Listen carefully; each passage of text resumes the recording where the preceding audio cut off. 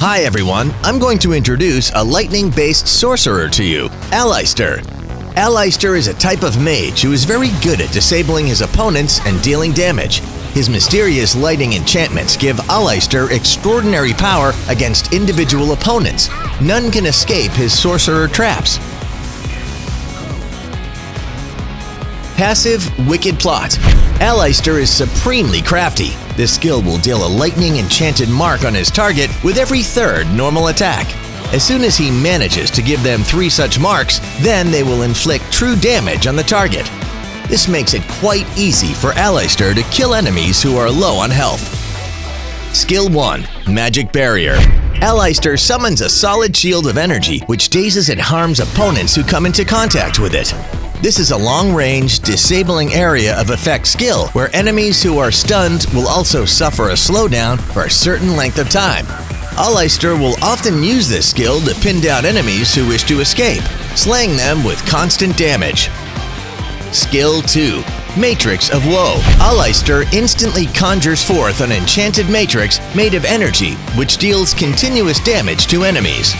This is an area of effect skill, which will add another mark to enemies when it starts and finishes.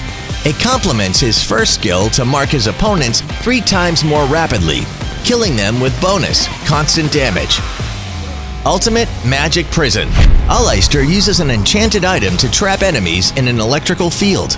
This is Aleister's primary damage-dealing skill. He can use it to stun his opponents for 2.5 seconds and add another mark when it begins and concludes, which means it is able to slay opponents with explosive qualities of damage very quickly alongside his second skill.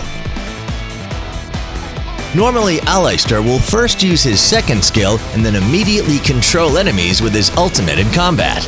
The 2 abilities will work well together to deal explosive amounts of damage, and then he can use his first skill to block opponents who are trying to flee, slaying them with continued fire.